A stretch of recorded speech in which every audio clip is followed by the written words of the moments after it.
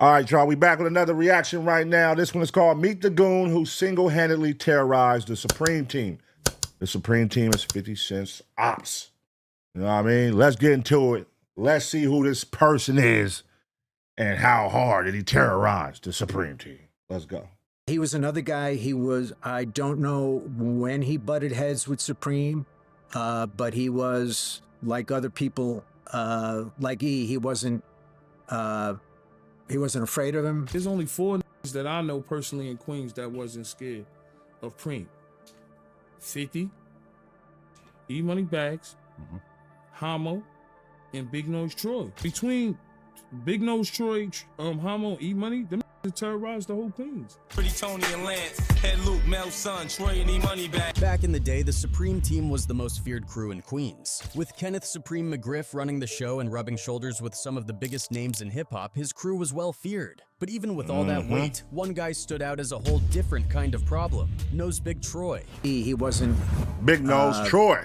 He wasn't afraid of him, and he was strong enough and bad enough to, you know, go up against him. Nose Big Troy wasn't just another name in Queens. When it came to street notoriety, he was in a league of his own. Rolling with heavy hitters like Prodigy from Mobb Deep and E-Money Bags, he supposedly got tangled up with the Supreme Team over some snitching allegations. And from there, things escalated really fast. Now let's be real, the stories about the Supreme Team aren't just rumors. They had Queens on lock for years, causing terror and fear all— Hey, if you ever go back and look at the Supreme Team, maybe I'll find a video about the Supreme Team. When you look back at their story, them niggas was the niggas, man.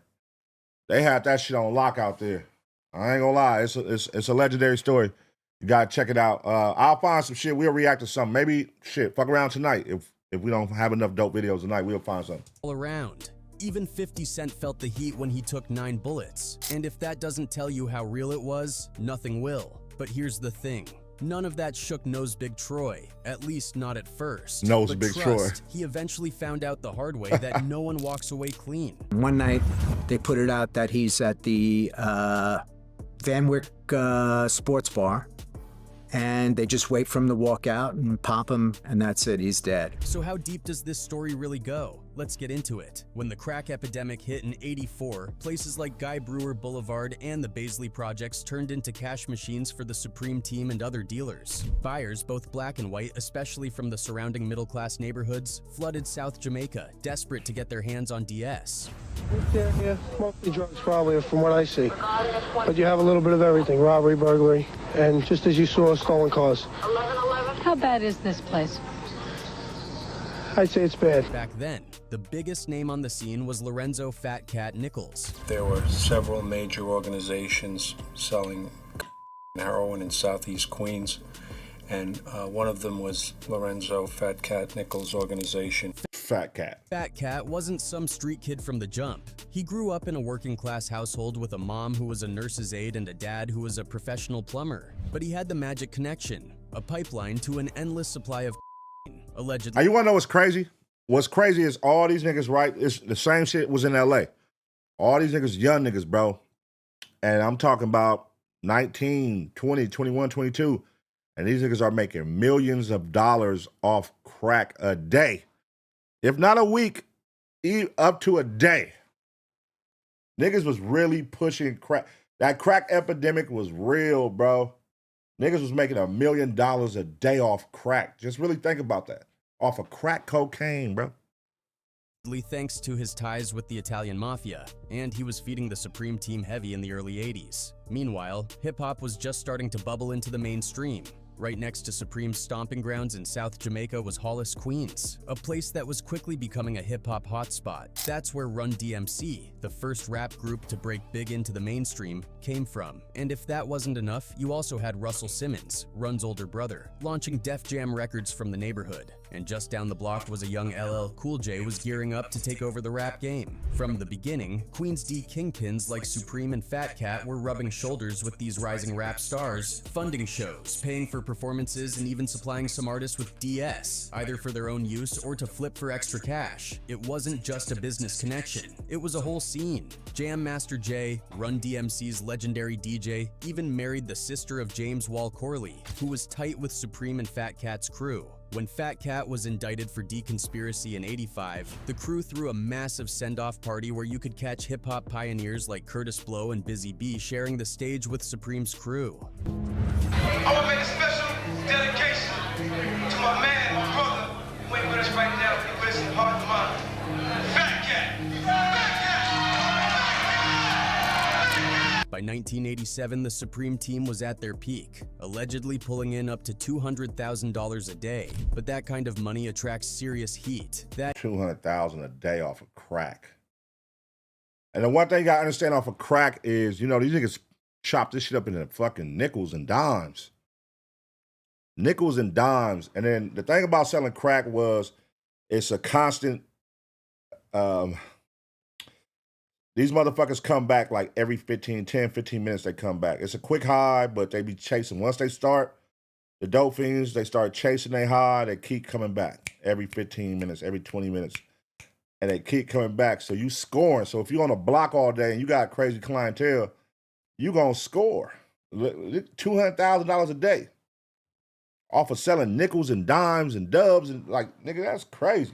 That year, the feds came down hard with an indictment. Somehow, Supreme McGriff only caught a light 10-year sentence, leaving his nephew, Gerald Prince Miller, to take over. But under Prince's leadership, things got a whole lot bloodier. The feds claimed the Supreme Team was behind at least 8 murders in 1987 alone, although Supreme himself was never charged with any of them. By the end of the year, Prince got locked up too. And with both leaders off the streets, the Supreme Team's reign was pretty much over, at least for the moment. While the Supreme Team was cooling off, a crime rocked the neighborhood and sent shockwaves across the country. In 1988, rookie cop Edward Byrne was assassinated while sitting in his patrol car guarding the home of a witness involved in a D case. The hit was ordered by Pappy Mason, Fat Cat Nichols' top lieutenant, through his crew, the Bebos gang. After that, the NYPD flooded South Jamaica, cracking down hard on the D trade. You can't kill a police officer and get away with it. That's why. Yeah, they don't play that.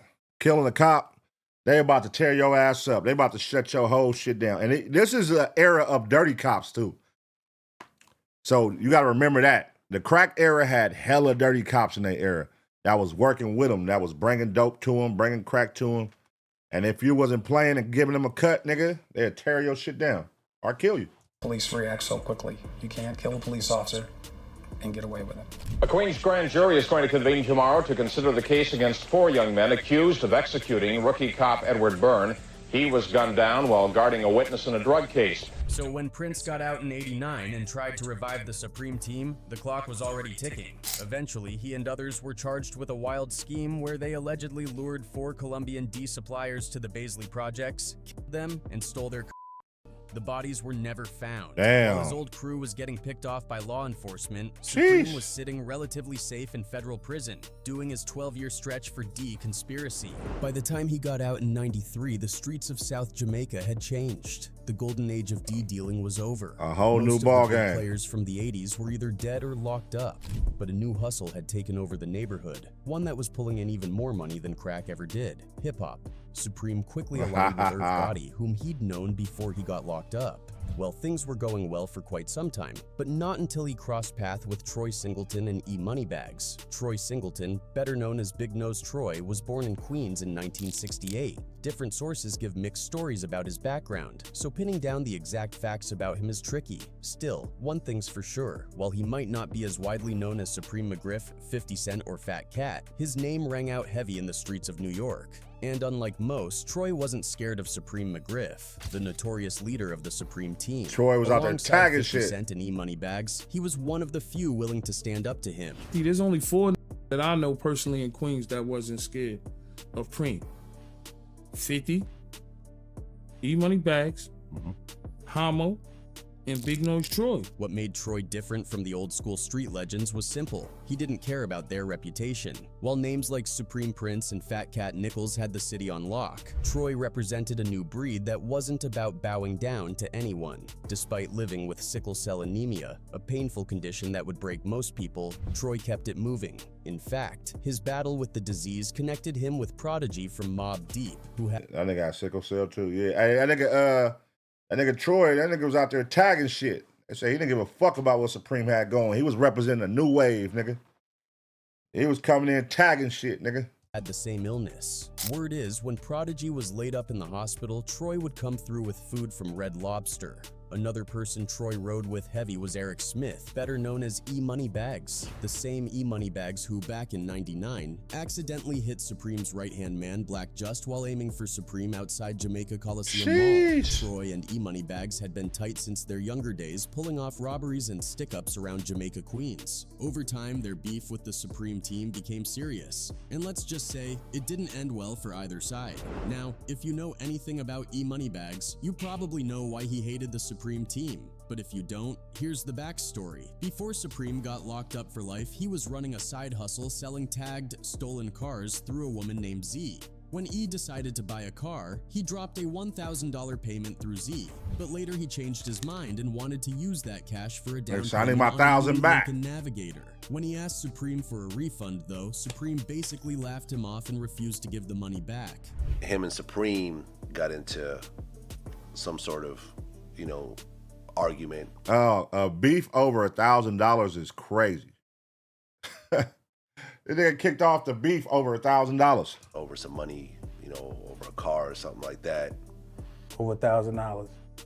Over $1,000. That disrespect sparked a legendary feud that eventually led to the accidental killing of Black Just in 1999. E-Money Bags wanted to kill Supreme, so he pulled up on him and shot the car up, and it ended up being Black Just. For Big Nose Troy, though, his issue with the Supreme team came from a different situation. It all kicked off in July of 1995 during the Peace Tournament, a basketball event held at Baisley Pond Park in South Jamaica, Queens. The tournament was supposed to honor 2 men killed by the police the year before, and with around 300 people watching from the Baisley Park projects, things seemed cool.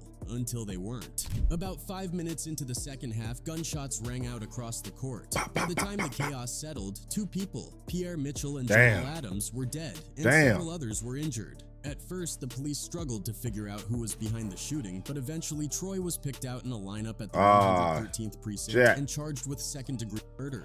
And here's the twist. Baisley Park was Supreme's home turf, so pulling a move like that in his backyard was not exactly the smartest play. The whole Peace Tournament shooting was detailed in Ethan Brown's 2010 book Queen's Reign Supreme, but not all the details about Troy's role came to light until later. Word on the street is that while Troy was being hauled in, a Supreme team member allegedly gave a statement against him. On top of that, there were rumors that James Bimmy Antony, another key figure, was ready to sign an affidavit and testify. Even though Bimmy never ended up on the witness stand and Troy walked free, he took the whole situation personally, feeling like the Supreme team was trying to set him up. Between E-Money Bags getting played over the car deal and the niggas been snitching, man. This shit's been forever, bro.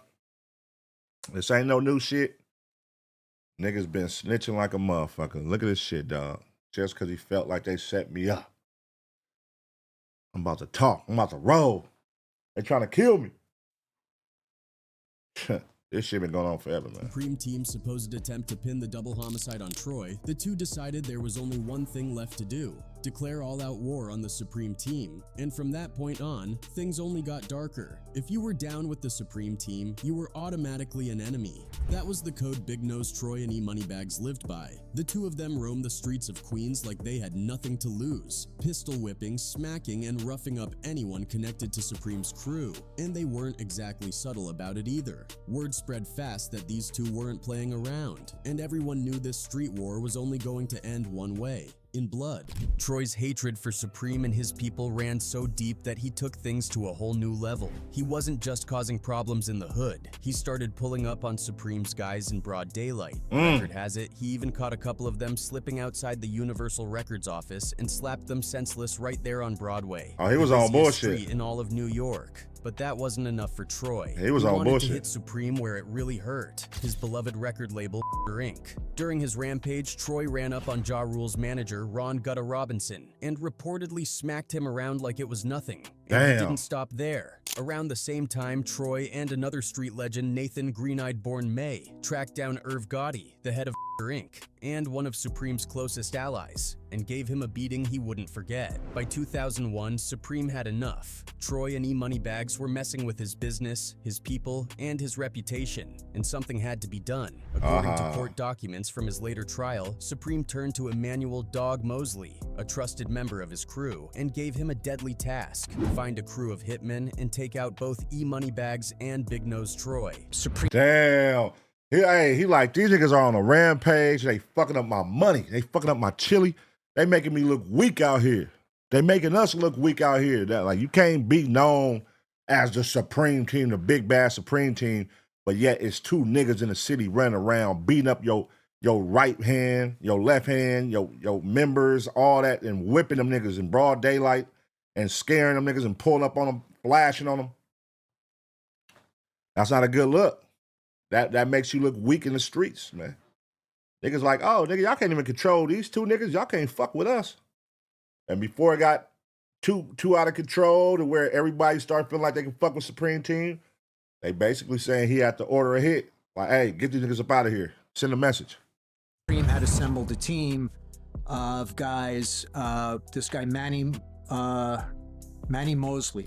To sweeten the deal, Supreme allegedly put a $50,000 bounty on their heads. For Supreme, this wasn't just about business, it was personal. E Moneybags had to go for killing Black Just, and Troy, well, Troy had been a thorn in his side since the peace tournament shooting and everything that followed. Dog didn't waste any time. He assembled a crew of killers and got to work. Unfortunately for E Moneybags, he was the first target. In July 2001, he was ambushed and shot to death while sitting in his car. There's basically E sitting in his truck, and you know, the family was having a barbecue at this house, and they're bringing food back and forth, and he wasn't paying attention. She guided the hit team in to kill him. Just 3 months later, on October 28th, they caught up with Troy. With the help of hitmen like Aaron Granson, Mosley's team found Troy outside a club on Liberty Avenue in South Jamaica. As he was heading back to his car, they let off 8 shots, leaving him no chance of survival. One night,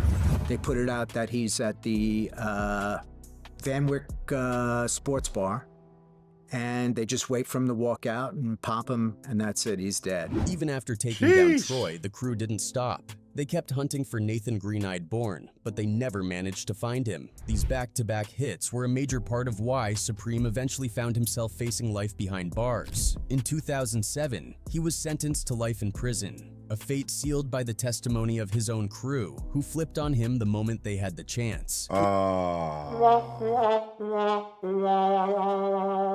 His own crew flipped on him. Listen, man, this shit's been going on forever. That's why I say don't do crime. These niggas' own homies flip on them. Your own homies will kill you just to take your spot, just to take your position, just because you living too rich, you living too flashy, and you're not sharing the wealth. It ain't worth it, man. God damn. You know what I'm saying? This is crazy. His own crew, 2007. In 2007, Supreme ends up getting convicted in federal court of racketeering, for hire, homicides, narcotics trafficking, engaging in illegal financial transactions with drug money, gets life in prison without the possibility of parole. Despite his legal team's argument that Troy and E Moneybags were legitimate threats to his life, the judge wasn't buying it. For a man who once ruled the streets of Queens with an iron fist, it was a harsh ending, rotting away in USP McCreary, a high-security prison in Kentucky. But here's the thing, no matter how it all ended, Troy's name still echoes through the streets. He's remembered as a real OG, a fearless figure who refused to bow down to anyone. His legacy lives on not just through stories, but through his son, Troy Jr., who's carving out his own lane in the rap game. Even 50 Cent paid his respects. About a year before Troy's death, 50 name-dropped him on Ghetto Quran with the line, "Coming up, I heard sipping too much booze will leave you confused, and if you watch the news, you see players in this game, they lose. I'm forgetting Lefty and Jazz, Pretty Tony and Lance Head Luke, Mel's son, Troy and E Moneybags."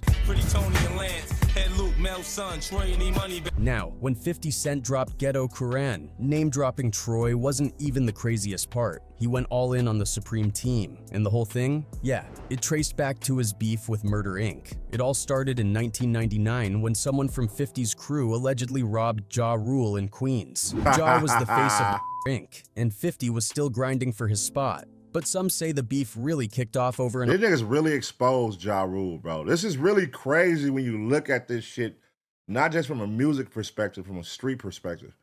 These niggas really damaged Murder Inc.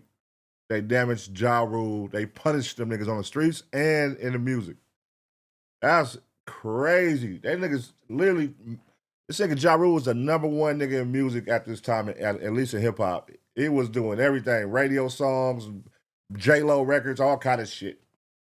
And that nigga 50 came along and stripped all that shit. An awkward moment at a party. Even Chris Gotti, Irv's brother, said things got tense after 50 tried to greet Ja at a Inc. after party, but Ja wasn't feeling it. 50 comes in the back, says what's up again, and I guess he didn't get enough conversation from Rule. Rule just said what's up and kept moving. I think he wanted to talk to him some more than he did or whatever, and was probably a little pissed off or something. And then that's shortly after that is when he started doing little mixtapes or underground records. 50, though, insists the robbery was the real reason and even claims he tried to squash the beef later, but Ja wasn't interested. A friend of mine's robbed Ja Rule. And I'm in a club, and I see I'm like, hey, what's up? He see me kicking it with the he robbed him, and he feel like, oh shit, I shouldn't speak to this dude because I know the kid robbed him, but I know this kid, I grew up with him. From there, it was all out war. Diss tracks, interviews, and real-life drama. Crackin'. Irv Gotti jumped in to protect his guy, doing everything he could to block 50's career, even admitting to blackballing him from major labels. I blocked the until he fell into M and Dre's lap. Are you serious? Nigga admitted to being a hater. Rest in peace to him though, Irv Gotti, but he definitely went on interviews admitting that he hated on 50 Cent. I was hating, I was closing every door, I was stopping every opportunity, to the point where he had to go to the West Coast and fell in Dr. Dre's lap and Jimmy Iovine's lap. Like, you hated so much, you made this nigga one of the biggest niggas in music. Your hate pushed him to be one of the biggest niggas in music. It don't pay to be a hater. Yeah, labels would call, I'd be like, yo, if you with him, I ain't with you. And they were like, we ain't with him then, Gotti, forget it. But 50 didn't fold. He dropped hit after hit and became a global icon while Murder Inc. started to fade. Things hit a boiling point when both crews ended up in the same Atlanta hotel after a show. Ja, already sick of 50's constant shots, pulled up with a baseball bat, but 50 wasn't about to play nice. He sucker punched Ja. Chaos broke out, and the hotel turned into a full-on brawl. And depending on who you ask, someone even snatched a chain. But both sides tell it differently. But the real turning point? The infamous Hit Factory fight. This one got ugly.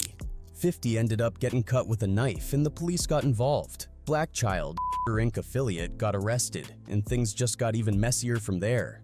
And while the Inc. beef was already wild, 50 had other problems too, especially after he dropped How to Rob in 1999. That track had him clowning the biggest names in hip-hop. Jay-Z, DMX, Big Pun, you name it. Some laughed, others were mad. But one Legendary thing was record. clear. 50 was here, and he wasn't about to let anyone forget it. And then came Ghetto Quran. How to Rob was a legendary record, man. Still is. Where 50 didn't just go after rappers. He called out real street legends like Kenneth Supreme McGriff. In the track, he rapped, "Yo, when you hear talk of the South Side, you hear talk of the team. See feared Prince and respected Preemy for all you slow mother effers. I'ma break it down. Iller C. Preemy was the businessman and Prince was the killer. Prince and respected Preem. For all you slow I'ma break it down. Iller. Supreme was the businessman and Prince was the killer." Preem had deep ties to Inc. and even helped Ja Rule get his chain back. So when 50 exposed the Supreme team's history in Ghetto Quran, things got serious. And in the streets, talking too much isn't just risky, it's deadly. On May 24th, 2000, that tension hit a breaking point when 50 was shot 9 times outside his grandmother's house. Somehow he survived, but instead of backing down, he doubled down. It was real, like a real sneaky. If you came around the back of the car, like, 9 shots couldn't stop me. I took it and smiled. That nigga 50 was talking shit, nigga. Get Rich or Die Trying album, man. I'm gonna go listen to that shit, nigga, tomorrow, nigga. For sure. like he like this. He froze up, nigga. 9 shot out of you ain't full up. While Ja Rule and Irv Gotti were dominating the charts and blacklisting him from the industry, 50 was quietly plotting his comeback. During his recovery, he recorded Guess Who's Back, a project packed with raw energy and direct shots at the people who tried to take him out. Most thought he was finished, but then Eminem heard his music, and everything changed. By 2002, 50 was sitting with M and Dr. Dre in LA, and once Dre got involved, there was no stopping him. It was Looking over. back, it's crazy how things It was flipped. over. While Troy and E-Money Bags fell to the streets and Supreme ended up with a life sentence, 50 turned the chaos into fury. How many of y'all was actually not like in elementary or middle school, but like actually in like, let's say high school and up, when Get Rich or Die Trying dropped in 2001, to really understand? Because as a kid, if you like, 7, 8, you ain't gonna really understand what was going on. You know what I mean? But when this shit dropped, Get Rich or Die Trying, oh my God. I'm talking about had the streets on fire. The streets was on fire, and this is on the West Coast.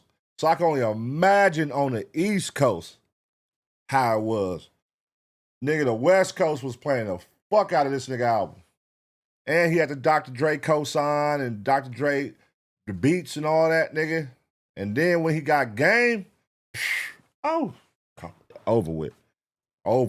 And became one of the biggest icons in hip-hop. And while Troy Singleton's name might not be as famous, his story is a reminder of how loyalty, street politics, and ambition shaped a whole era in Queens. An era people won't soon forget. Hey, man. All right, there you go.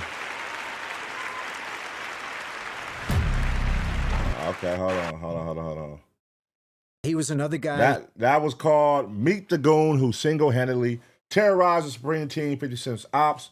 Get that like right there. That's on Hood War Chronicles, man. If you want to go check it out, watch it, you know what I mean, without the reaction version, go check it out. But yeah, man, that's some legendary shit. Supreme Team, definitely some legendary shit. Definitely was ringing bells all the way from New York to LA. You know what I mean? Definitely heard high praises of what them young, hustlers was doing. I mean, even though it was crack, that's the thing about the ghetto, man. We praise. You know what I'm saying? Not like how we praise God or nothing when I say that. So don't get it, confused. But like we glorify, the head D-boys, the top D-boys, the top shooters, the top gang members, the niggas who could fight. Like we glorify that shit in the ghetto. You know what I mean? And it just is what it is, man. But definitely they rung bells, man. Supreme Team. Is he still alive? That's the part. I don't even know. I don't know if Supreme, I think he's still alive. I ain't never heard about him dying. And I did see recently, because his son, I actually met his son, the Supreme nigga, when I was out there in New York, and China Mac introduced us. China Mac brought him to a pop-up we did with Big Chief. And he brought his son. But then I did see 50 Cent getting to it with his son recently. And they put out some foul-ass shit on him. I don't want to repeat it. You can go find it. You know what I'm saying? But, shout out to that young man. Good dude. He be tapping in. You know what I mean? Supreme Jr. So shout out to him, man. But, that's New York politics, man. I ain't got nothing to do with us, man. We from LA, baby. Compton to be exact. All right, man. Make sure y'all smash the like, man, and leave a comment on this one.